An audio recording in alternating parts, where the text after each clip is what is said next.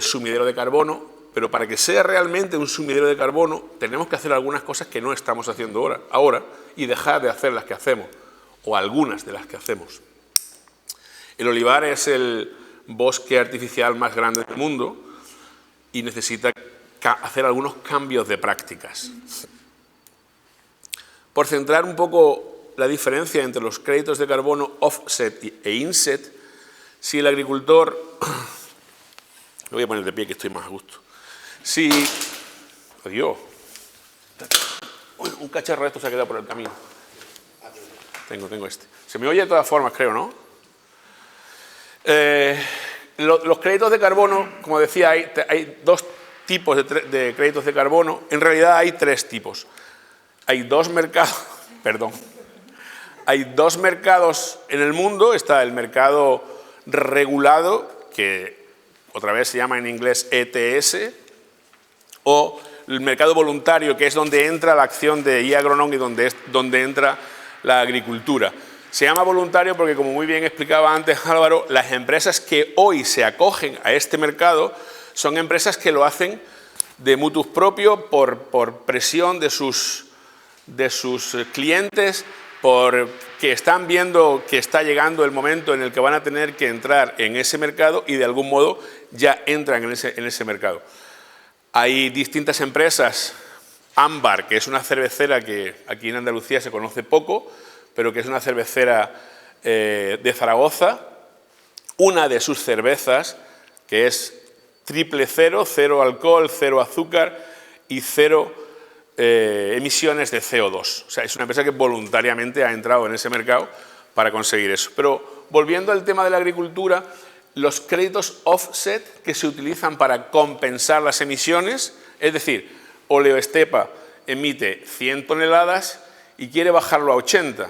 ¿Cómo lo baja a 80? Con los offset, comprando créditos de carbono. Compra créditos por valor de 20 toneladas y consigue bajarlo a 80. Básicamente entre los offset y los inset. Es que los offsets se puede vender la mercancía por un sitio, por una cadena, por una comercialización, y los créditos de carbono por otra, mientras que los inset, el ahorro de emisiones viene junto con la mercancía. Está molturando aceituna con bajas emisiones. De forma gráfica, pues la industria emite, el agricultor consigue secuestrar el carbono y recibe una compensación por ese fausto motivo. Una de las empresas, gran empresa con la que hemos llegado a un acuerdo, que es una empresa polaca, se llama Pfeiffer & Langen, y es una empresa que ha promueve nuestro programa de carbono entre sus agricultores, de modo que hace esa reducción de emisiones y recibe azúcar, o produce azúcar, mejor dicho, recibe remolacha, pero produce azúcar con bajas emisiones, modificando las prácticas culturales, las prácticas agrícolas, fundamentalmente. ¿Por qué? Porque está recibiendo presiones de Coca-Cola, de Pepsi, de PepsiCo, de distintas industrias, de Nestlé, que están utilizando su azúcar y ya están recibiendo presiones de otras empresas más arriba en las que dice, yo quiero que el azúcar que está, o parte del azúcar que estoy recibiendo, sea azúcar con bajas emisiones. En el año 21, en Polonia, ya hicimos pagos de algunos créditos de carbono, y este año, a través de Ibercaja, hemos hecho pagos al primer agricultor, que está aquí, Jorge Sassot, un agricultor de Zaragoza, que entró en nuestro programa en el año 22.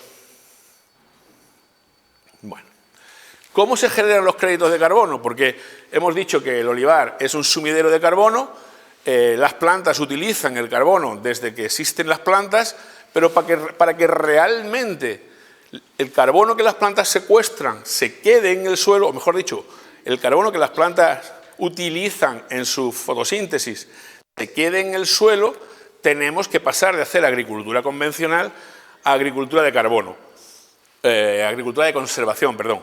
Y eso implica disminuir las prácticas agrícolas, las cantidades de labores que hacemos en el campo. ¿Por qué? Porque, como ustedes saben perfectamente, cuando labramos estamos metiendo oxígeno en el suelo y ese oxígeno combustiona la materia orgánica y vuelve a haber una emisión de CO2. No es esa la única razón, pero esa es una de las razones. Utilizar abono nitrógeno inorgánico en forma amídica o en forma amoniacal necesita una descomposición para quedar en forma nítrica a disposición de la planta. Esa transformación del nitrógeno también consume CO2, o sea que utilizar más nitrógeno orgánico que inorgánico también contribuye a que haya más secuestro de carbono. Ya sé que me van a decir que no todas las prácticas se pueden aplicar, yo soy consciente, pero esas son las condiciones para que el carbono que las plantas utilizan se quede secuestrado en el suelo. Esa es una de las razones. Una de las razones es que el carbono se quede en el suelo.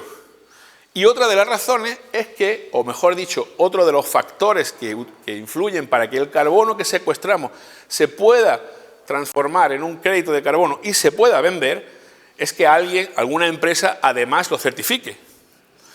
En el mundo de los créditos de carbono voluntarios, para que los créditos sean certificados y comercializables, hay tres actores distintos: el agricultor, la empresa que ha desarrollado el programa, como en este caso es iAgronom, y la certificadora externa.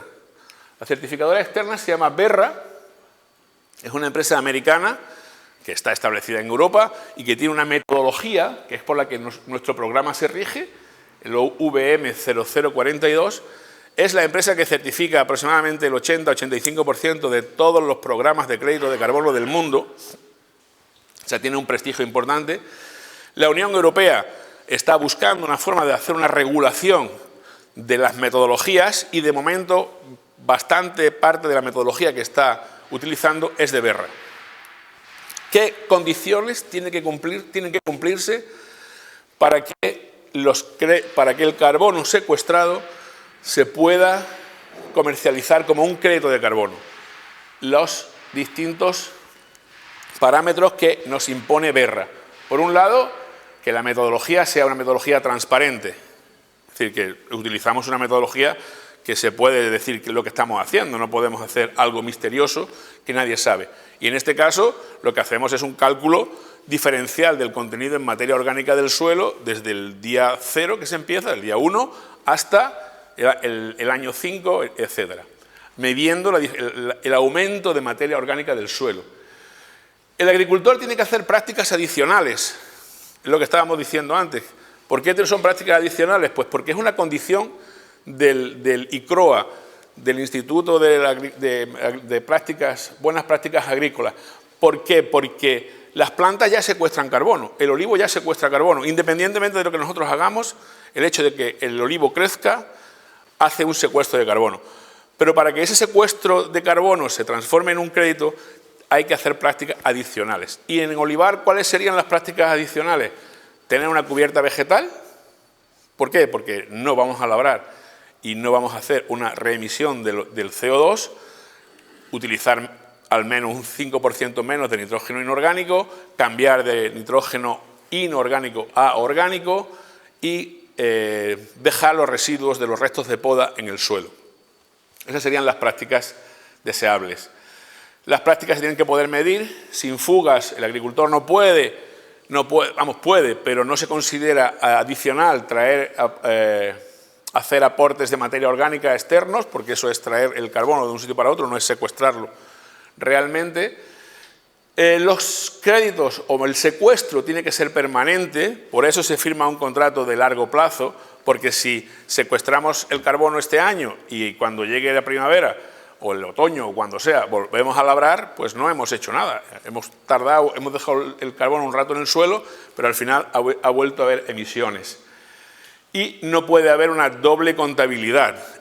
Un agricultor, una parcela determinada de un agricultor firma con la empresa nuestra, se registra en Verra y esa parcela no se puede registrar con otra empresa, porque entonces sería comercializar el carbono dos veces. Bueno, como les decía, Verra es una empresa, este es el equipo de España. ¿Y cuáles son las etapas para entrar en el programa? Pues hay que hacer una evaluación. Una evaluación es porque hay una superficie mínima de 60-70 hectáreas para poder entrar en el programa. ¿Por qué? Porque el agricultor no hace ningún pago, no paga nada por entrar en nuestro programa, con lo cual requiere que haya una superficie mínima. Se puede hacer una asociación, se pueden firmar 3 agricultores con 3 PAC o 3 distintos, en fin, se pueden hacer distintas acciones para conseguir llegar a las hectáreas que estamos hablando. Se firma un contrato y una vez que se implementan las prácticas, a partir del segundo año es que se generan los créditos de carbono y se comercializan. Se firma un contrato por 10 años. Hemos dicho antes que era un contrato que los créditos de carbono o el secuestro de carbono, mejor dicho, tenía que ser permanente y el mínimo del contrato son por 10 años. Por 10 años de obligado cumplimiento 6, porque el primer año, como les digo, es un periodo de transición, desde que se firma. El primer año se implementan las prácticas y el segundo año se empiezan a generar los créditos. Y necesitamos una permanencia mínima de 5 años para que Verra considere que ese carbono secuestrado se puede comercializar como un crédito de carbono. Es ampliable, renovable hasta 30 años. Se necesitarán los datos SIGPAC, evidentemente, para tener localizadas cuáles son las parcelas. El agricultor recibe un usuario y una contraseña donde tendrá que aportar los datos históricos de los últimos 3 años.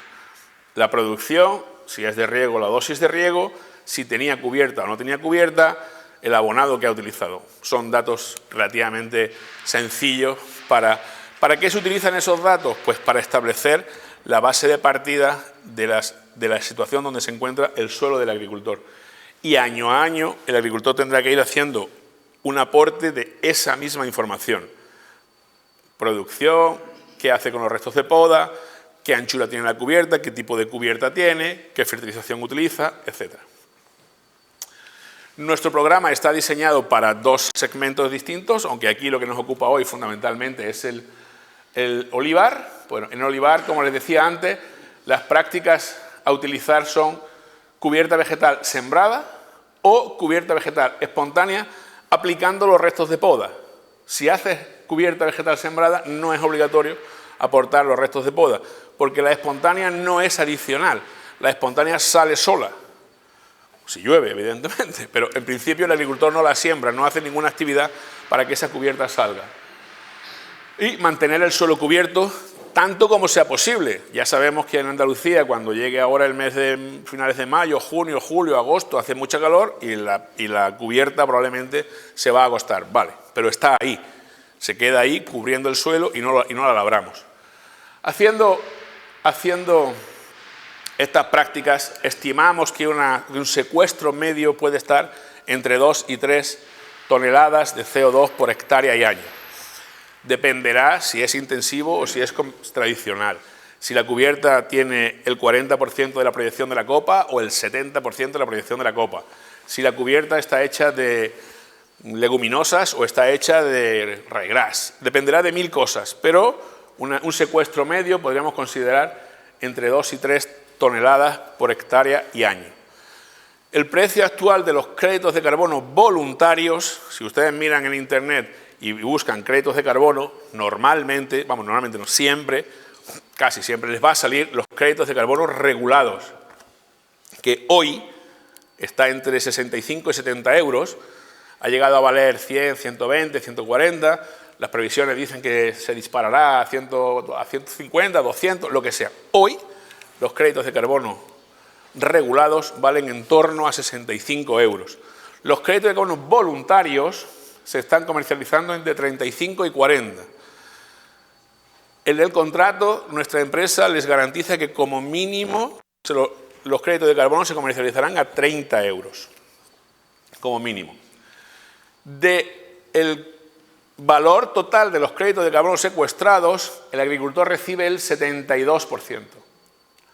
Evidentemente, el 28% restante es la comisión que la empresa cobra por la gestión de su programa. Y al final, el agricultor tiene 2 opciones. Una, pedir a la empresa que comercialice los créditos de carbono en su nombre y le pague su porcentaje, o quedarse con los créditos de carbono. Porque igual es una cooperativa que hace el contrato a nivel cooperativo, o es una fábrica que lo hace en su nombre y quiere quedarse los créditos, como les decía antes, para hacer una reducción de emisiones. o para utilizarlo en su compensación, o para lo que quiera que sea. Esa opción también existe, que es quedarse los créditos de carbono y comercializarlos el agricultor en su nombre. Y bueno, pues esta era mi presentación. Creo que me he acogido al tiempo. Sí, hola, buenos días. Bueno, en primer lugar, perdonad que me haya retrasado, pero bueno, me ha pillado un follón de tráfico en la autovía y no he podido escuchar la presentación del colega anterior, pero bueno. Agradecer a Olio Estepa que cuente con el Consejo Oleícola para hablar de estos temas y bueno, y sin más dilación voy a proceder a la presentación. Creo que unos 20 minutos aproximadamente, ¿vale? Y bueno, y a partir de ese momento, pues bueno, o incluso si durante la intervención pues alguien tiene alguna pregunta o me quiere interrumpir, pues a vuestra disposición. Como tampoco sé exactamente qué nivel de conocimiento tiene la audiencia sobre lo que vamos a hablar, yo voy a intentar dar una explicación lo más básica posible para que lo entendáis de la mejor manera posible. Bueno, os estoy tuteando, os pido por favor que me tuteéis.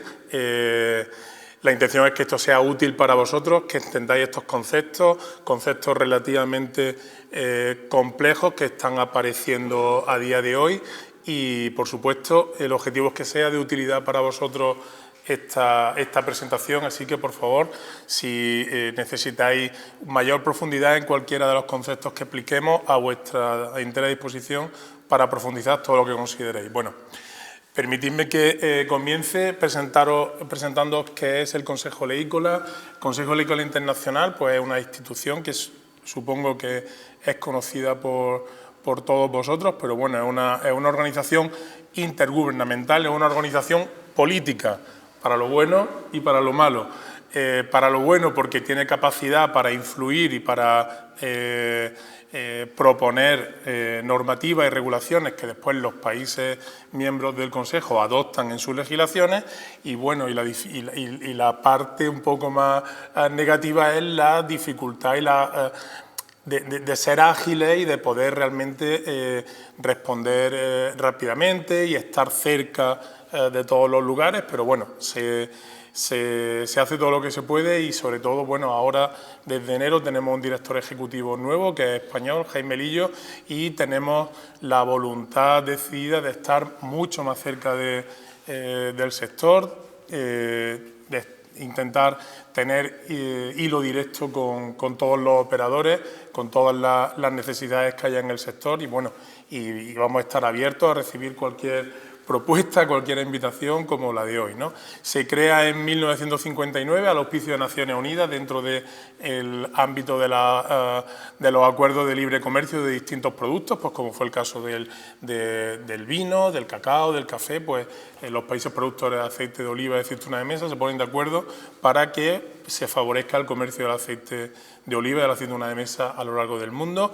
Se articula a través de una serie de acuerdos políticos, el último de 2015, en el que los países miembros toman un acuerdo para regular el comercio del aceite de oliva y de la aceituna de mesa en el mundo, promover el desarrollo sostenible y la cooperación entre todos los países miembros. A día de hoy, en el COI, los países miembros son 45, aunque la Unión Europea actúa como un único miembro, pero realmente son 45 los países. Cubre aproximadamente el 94-95% de la producción mundial de aceite de oliva y del consumo. Actúan como observadores que no son miembros Estados Unidos, Australia, Brasil, que pueden participar en las actividades que organiza el Consejo, en sus consejos oleícolas, en sus reuniones miembros, pero no pueden votar. Y paralelamente al Consejo de Miembros, el Consejo Oleícola Internacional tiene otra herramienta de consulta, que es un comité consultivo en el que están presentes todos los operadores, todas las asociaciones de productores, de envasadores, de distribuidores de los países miembros y de otros países observadores, así como de asociaciones de consumidores. Tanto el Consejo de Miembros como el Consejo Consultivo se reúne 2 veces al año. El Consejo de Miembros nos marca las directrices a la Secretaría Ejecutiva sobre los temas en los que tenemos que trabajar y el Comité Consultivo nos dice si son temas de interés, si no son temas de interés, y nos propone nuevos temas. Bien, entrando ya directamente en el tema que nos trae hoy. Yo creo que todo el mundo tiene claro aquí de qué hablamos cuando hablamos de calentamiento global, pero bueno, si no, rápidamente. El calentamiento global, hoy, o sea, hay vida en la biosfera gracias a que vivimos dentro de un invernadero. Es decir, la radiación solar que llega del Sol a la Tierra, imagínense, la radiación solar es como una pelota que tiene una cantidad de energía, rebota en una superficie, vuelve para arriba, sube menos de donde venía y va rebotando y va rebotando. Pues bueno, pues las ondas que vienen del Sol, cuando llegan a la superficie de la Tierra, esa pérdida de energía la hacen en forma de disipación de calor. Y esa disipación de calor es lo que permite que haya una temperatura media a nivel de la superficie de la Tierra, en la capa de la biosfera, que permite la vida. Es decir, estamos ante un equilibrio de energías que permiten la vida en la superficie de la Tierra. ¿Funciona exactamente igual que un invernadero? A ustedes no les vamos a explicar, aquí no vamos a hablar de cómo funciona un invernadero. Ponemos un plástico y ese plástico evita que la radiación solar salga. Bueno, pues lo que evita que esa radiación solar salga y disipe calor es la concentración de una serie de gases en la atmósfera, los conocidos como gases de efecto invernadero. No es solamente el dióxido de carbono, solo que la medida de la concentración de gases de efecto invernadero en la atmósfera se mide en unidades de dióxido de carbono. De hecho, se llaman dióxido de carbono equivalente. Es como, sí, perdónenme, les voy a poner ejemplos demasiado coloquiales, pero creo que son didácticos. Es como los euros, es decir, tenemos el dinero se mide en euros, pero podemos tener billetes de 5, billetes de 10 y billetes de 15. Efectivamente, pues igual pasa con los gases de efecto invernadero.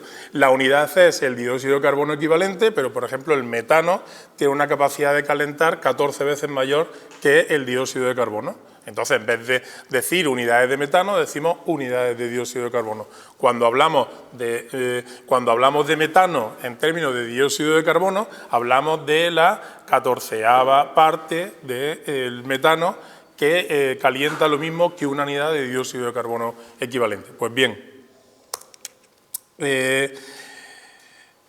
cuando le hablaba de un equilibrio inestable es porque efectivamente desde aproximadamente 200 años, que es desde cuando se mantienen registros fiables de la temperatura en el planeta, se ha comprobado que la temperatura del planeta está calentándose, se está calentando más de lo que se calentaba habitualmente. Y lo van a ver si funciona esto. Lo van a ver en el gráfico, en ese gráfico de la izquierda. Van a ir viendo cómo se va a ir coloreando el gráfico, se van a ir creando círculos que se van a colorear o bien en blanco, o bien azul, o bien en rojo. Cuando lo vean que pasan del azul al rojo es porque de un año a otro se ha calentado más de la cuenta, es decir, el círculo se va a ir formando en función de la temperatura de los distintos, el incremento de la temperatura en los distintos años. Vamos a ver si esto funciona bien. Empezamos en 1800 y pico, vamos por 1800, empezamos ya en el siglo pasado y ya empiezan a pasar de blanco a azul.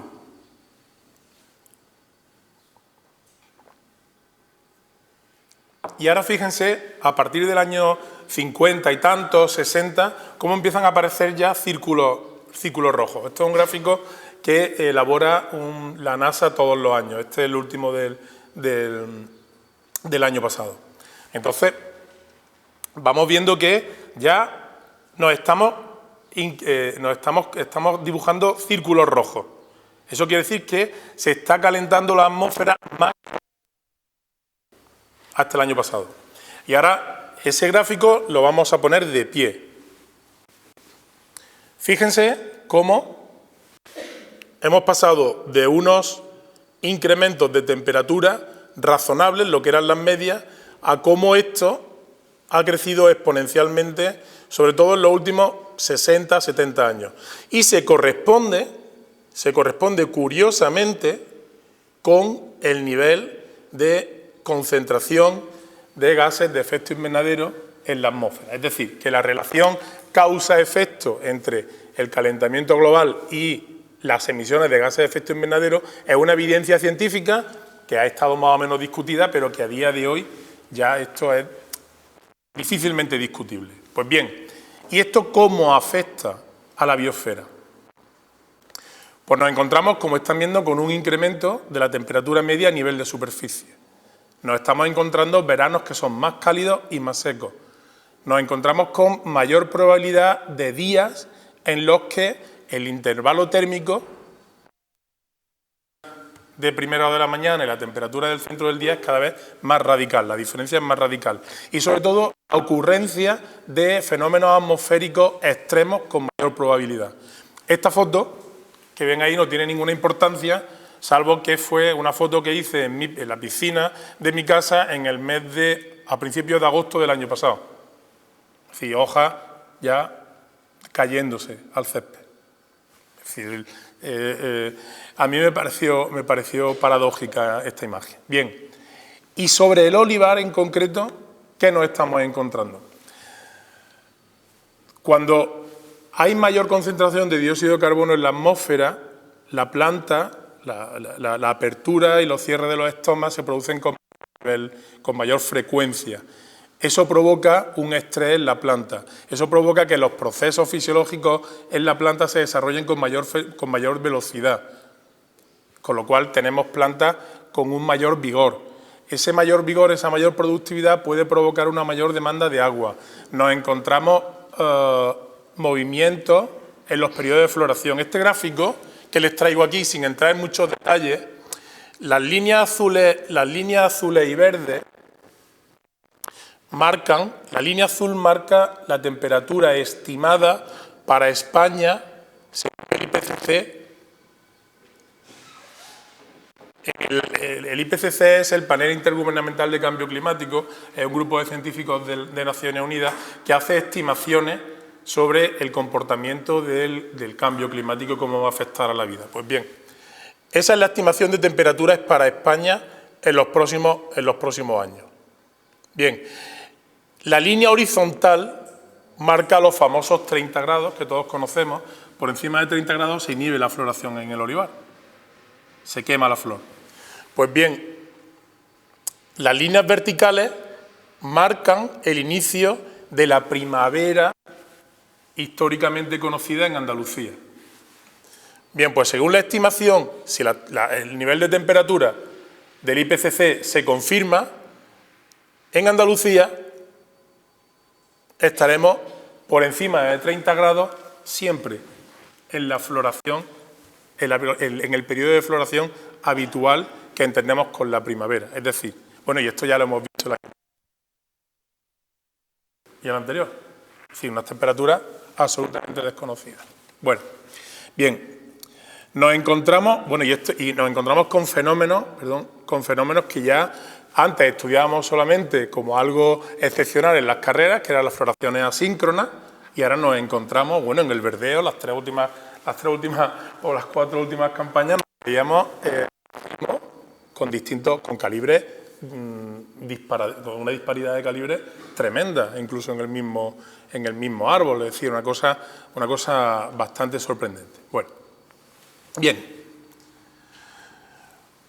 pero en resumen, como decía antes también el colega, vamos a ver.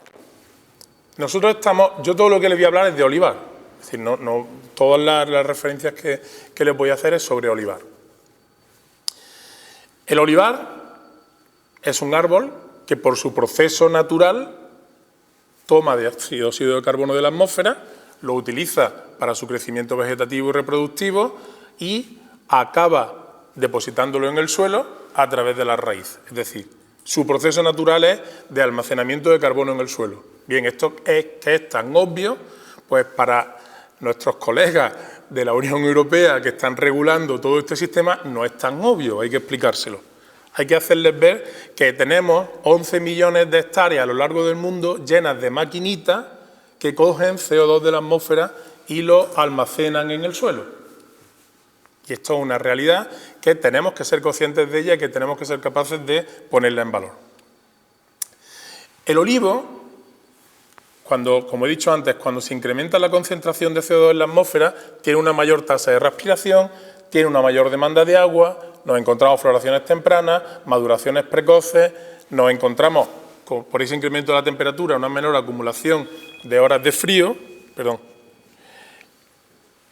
Con ese incremento de temperatura aparecen nuevos patógenos en momentos distintos que nos obligan a tener respuestas distintas. Nos acordamos de la mosca del año pasado, por ejemplo, y en general nos encontramos una disminución de la producción cuando nos encontramos fenómenos extremos como la sequía que llevamos sufriendo estos últimos años. Pero no todo es negativo,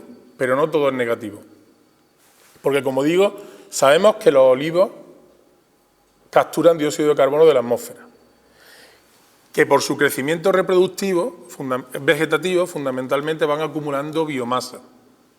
Tenemos almacenes vivos de madera cientos de años, vivos. Además, podemos mejorar esa tasa de acumulación de dióxido de carbono en el suelo a través de prácticas agronómicas que conocemos, como son la incorporación de biomasa al suelo, el mantenimiento de cubiertas vegetales, el compostaje, el picado de los restos de poda y incorporándolo al suelo, etcétera, etcétera. Con todo esto, sabemos que en un olivar, si consideramos las emisiones asociadas a las operaciones normales, tratamiento, poda, abonado, cosecha, etcétera, etcétera, etcétera. Pues bien, considerando las emisiones y considerando todas estas absorciones, sabemos que el balance neto es positivo, y lo sabemos. Si además consideramos los subproductos, es decir, como decía, si picamos poda y la incorporamos al suelo, si la hoja del patio de almazara la compostamos con un poco de agua de lavado o con el agua de la balsa, es decir, si compostamos y ese compost lo incorporamos al cultivo, estamos mejorando la cantidad de materia orgánica en el suelo, es decir, estamos mejorando ese balance. Y si nos referimos al producto, al aceite, y hacemos un análisis de ciclo de vida de ese producto y consideramos todas las emisiones asociadas a la producción de un aceite de oliva, desde que plantamos el olivo hasta que ese producto ha sido consumido y ese envase ha sido valorizado, y lo comparamos con las absorciones que se han generado por la cantidad de olivos necesarios para producir ese kilo, en términos medios hay bibliografía científica que ya calcula que aproximadamente estamos hablando de 10 kilos de dióxido de carbono por cada kilo de aceite de oliva. Es decir, que todo este valor tenemos que ser capaces de hacérselo ver a la sociedad para que la sociedad reconozca el servicio medioambiental que también está ejerciendo el olivar ante el cambio climático. Bueno, yo aquí les tengo que explicar muy rápidamente cuáles son las líneas de trabajo del COI, pero me voy a centrar rápidamente en el mercado de créditos de carbono. Cuando hablamos de cambio climático, hablamos de dos tipos de estrategias. Hablamos de estrategias de adaptación, es decir, qué hacemos para que el cultivo mejore su adaptación al cambio climático, y aquí estamos hablando de investigación en variedades genéticas, variedades mejores adaptadas a nuevas temperaturas, a estos procesos, a mejorar el uso eficiente de agua y a promover las prácticas de agricultura regenerativa. Y en cuanto a los mecanismos de mitigación, pues tenemos que reducir las emisiones que generamos en nuestras propias operaciones, tenemos que fomentar el concepto de economía circular, siempre se dice que del cerdo se aprovecha todo, pues yo digo que del olivo se aprovecha todo. A día de hoy, cualquier subproducto generado desde un olivar es susceptible de ser valorizado. Absolutamente todos. Pues tenemos que ser capaces de que esa valorización realmente suponga un valor que revierta en el olivar.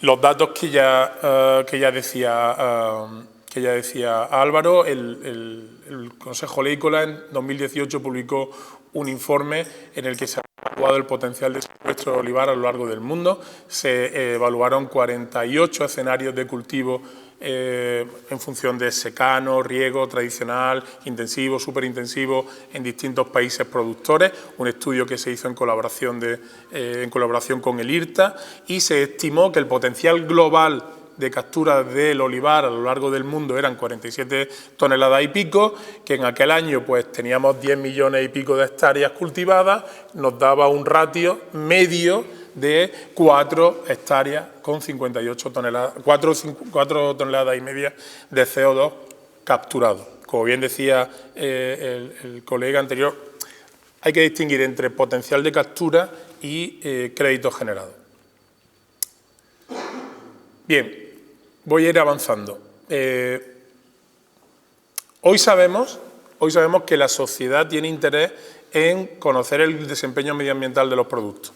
Eso es una realidad, no la voy a desarrollar. Pero lo que sí es novedoso es que, como les decía antes, el Panel Intergubernamental de Cambio Climático, en el informe de progreso que publicó el año pasado, en febrero del año pasado, ya identificó la capacidad de secuestro de la agricultura como una de las estrategias más eficaces para alcanzar los objetivos de neutralidad.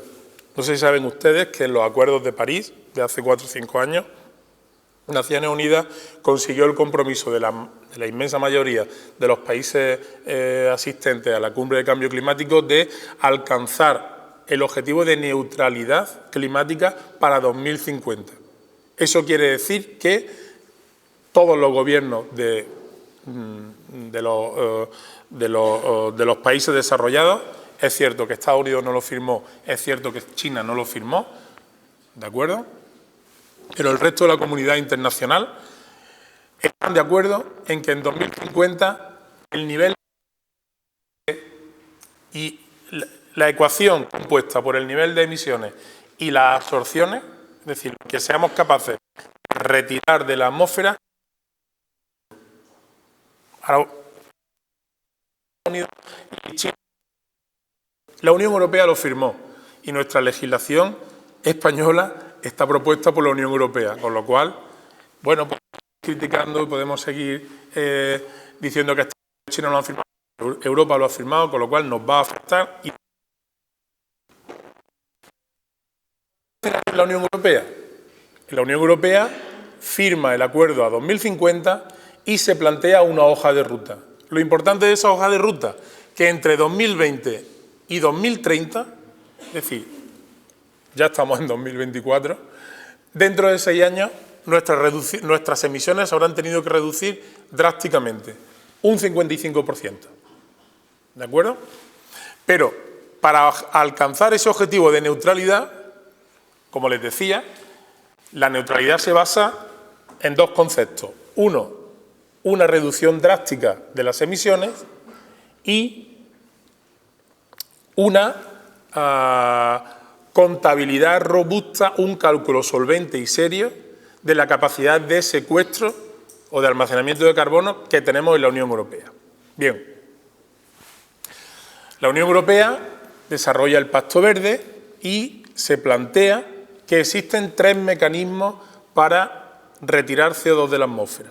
Uno, que haya productos que almacenen dióxido de carbono en sí mismos, por ejemplo, un mueble, sin ir más lejos. Yo tengo un mueble en mi casa, tiene 200 años, ese mueble tiene carbón, pues estoy almacenando carbón en mi casa. El concepto es más complejo, pero es así de sencillo.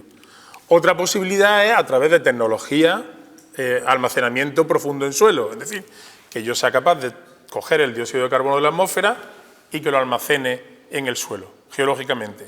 Y el tercero, que es el que nos interesa, es el carbon farming. Descubren, como les he dicho, descubren hace poco que la agricultura respira y que toma dióxido de carbono de la atmósfera y que su proceso natural puede almacenarlo en el suelo. Bien, para favorecer, para incentivar que la agricultura trabaje en ese proceso de carbon farming, la Unión Europea está desarrollando una regulación específica para la generación de créditos voluntarios de carbono. Y aquí tengo que hacer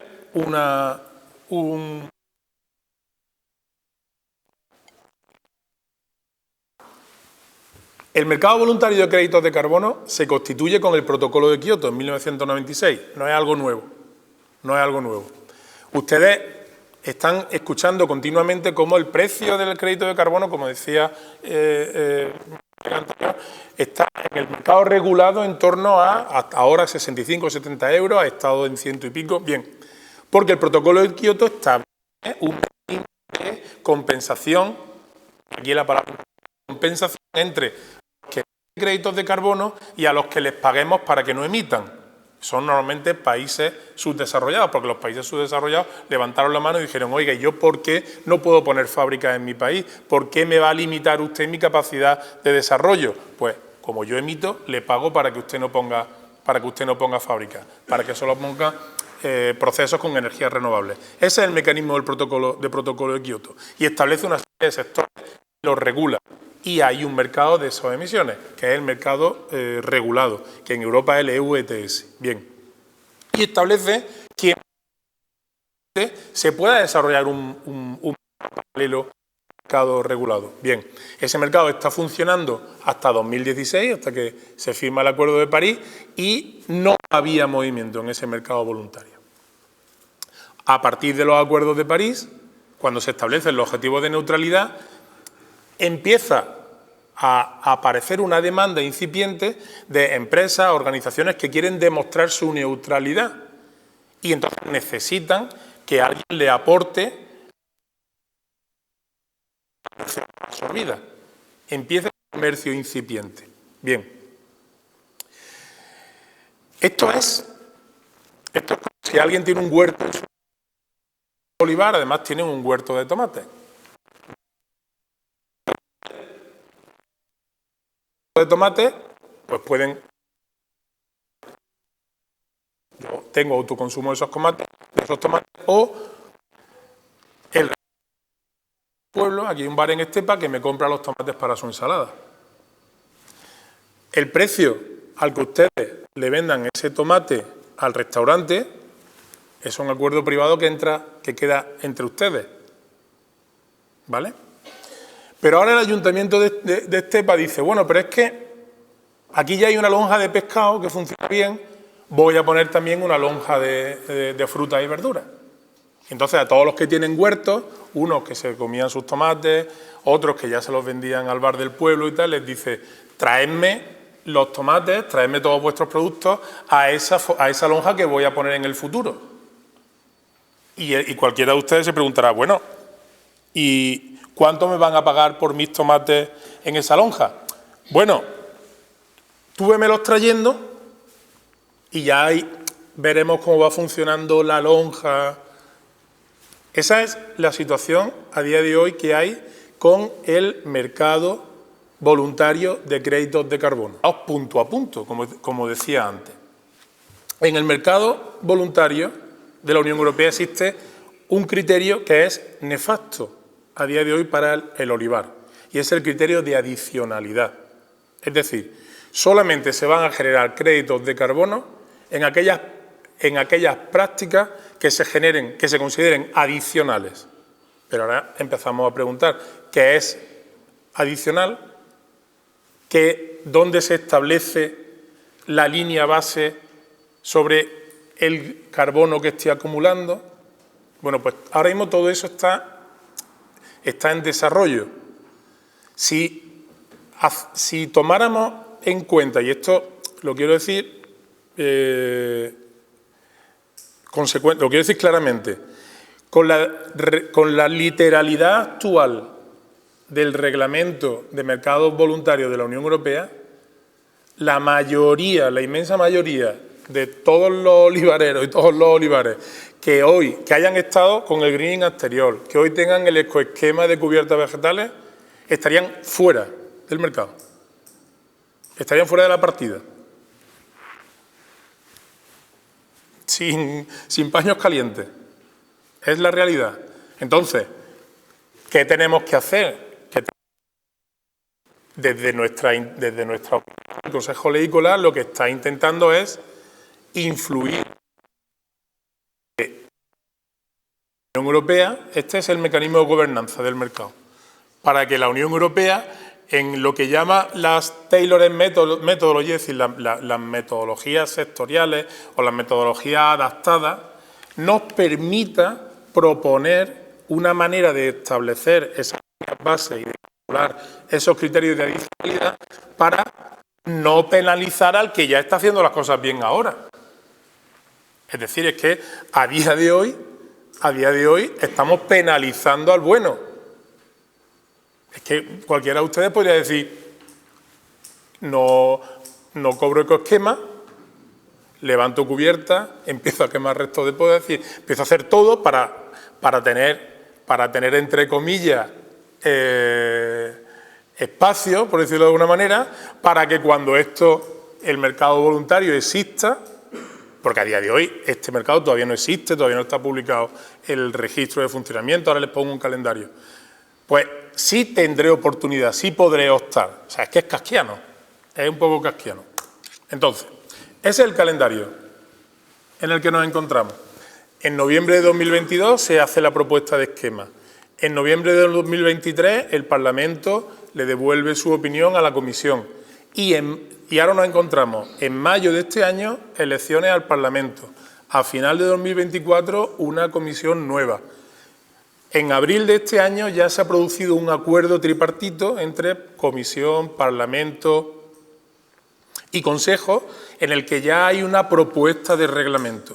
Esa propuesta de reglamento se publicará a final de este año y se espera que para 2026 esté en funcionamiento el registro de créditos de carbono. Es decir, tenemos un año y medio para poder influir, para poder convencer a la Comisión para que haya esquemas específicos sectoriales.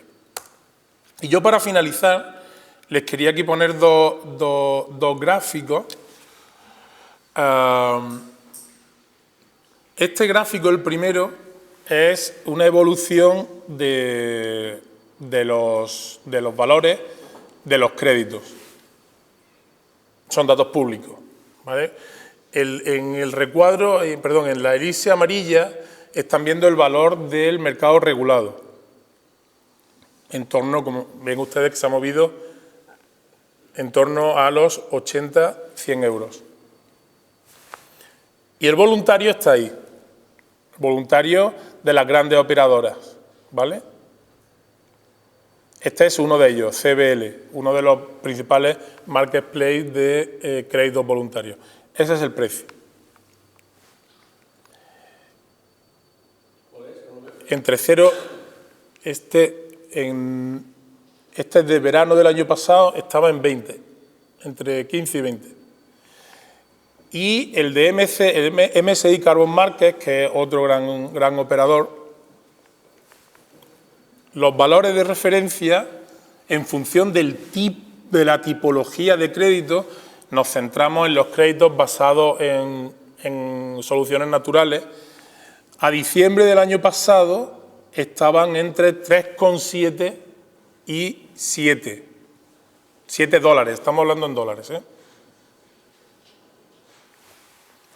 Entonces, estos datos es importante que ustedes los tengan también en la cabeza. Entonces, como conclusiones, y ya termino.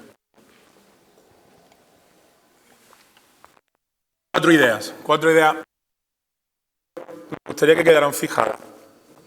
Primero, el olivar es, de los que sabemos, el cultivo leñoso que mejor se adapta al cambio climático. Y además se está trabajando muy bien en las estrategias de adaptación, tanto en mejora genética como en la formación de agricultores para el manejo de uso, para utilizar el riego deficitario controlado, fundamentalmente. Pero la segunda conclusión que me gustaría que les quedara clara es la siguiente, y es que un suelo en el que estamos mejorando su cantidad de materia orgánica a través del almacenamiento de carbono es un suelo que es un suelo sano. Y un suelo sano es un suelo que mejora su conductividad, con lo cual la eficiencia de la fertilización es mucho mejor. Es un suelo que mejora su estructura, con lo cual su capacidad de retención de agua se incrementa. Y es un suelo que además se defiende, se pierde menos suelo. Es decir, que estas prácticas en sí mismas ya son rentables. Es decir, que nadie piense en poner en establecer en mejorar la cantidad orgánica de materia orgánica en el suelo esperando un pago. Estas prácticas agronómicas mejoran la cuenta de resultados del olivar sí o sí, y hay muchísima información que lo demuestra. Y sobre el mercado voluntario de crédito de carbono, importante, no hay valor de referencia en función del marketplace. El marketplace son los grandes operadores, Tasupol, MSCI, etcétera. En función de ese marketplace, pues verán unos precios de referencia u otros. No hay uno establecido. Como les decía, a día de hoy, si no cambia nada, la mayoría del olivar bien gestionado en España estaría fuera. Yo les tengo que decir, como les decía antes, si quieren una operación punto a punto, fiable, con un contrato claro, unas condiciones claras, pues perfecto, es un ingreso extra para su explotación. Pero si no, prudencia con lo que se firma y prudencia con los plazos de lo que se firma, porque esto está ahora mismo en regulación. Y por último, lo que estamos haciendo nosotros en el COI es estar en todos los foros en los que se está desarrollando metodología. Hemos creado un grupo de expertos para proponer una metodología específica para el olivar y una herramienta asociada de software libre, de libre acceso, para que cualquier explotación pueda calcular cuál es su balance y la generación de esos créditos de carbono en base a la estimación de la mejora en función de las prácticas agronómicas, que esperemos tener la primera versión para este año, y intentaremos influir al máximo en la comisión para que haya una metodología específica para el olivar dentro de ese mercado voluntario de crédito de carbono en la Unión Europea. Y yo con esto creo que me he extendido un poco más, pido disculpas, pero bueno, a vuestra disposición si tenéis cualquier pregunta.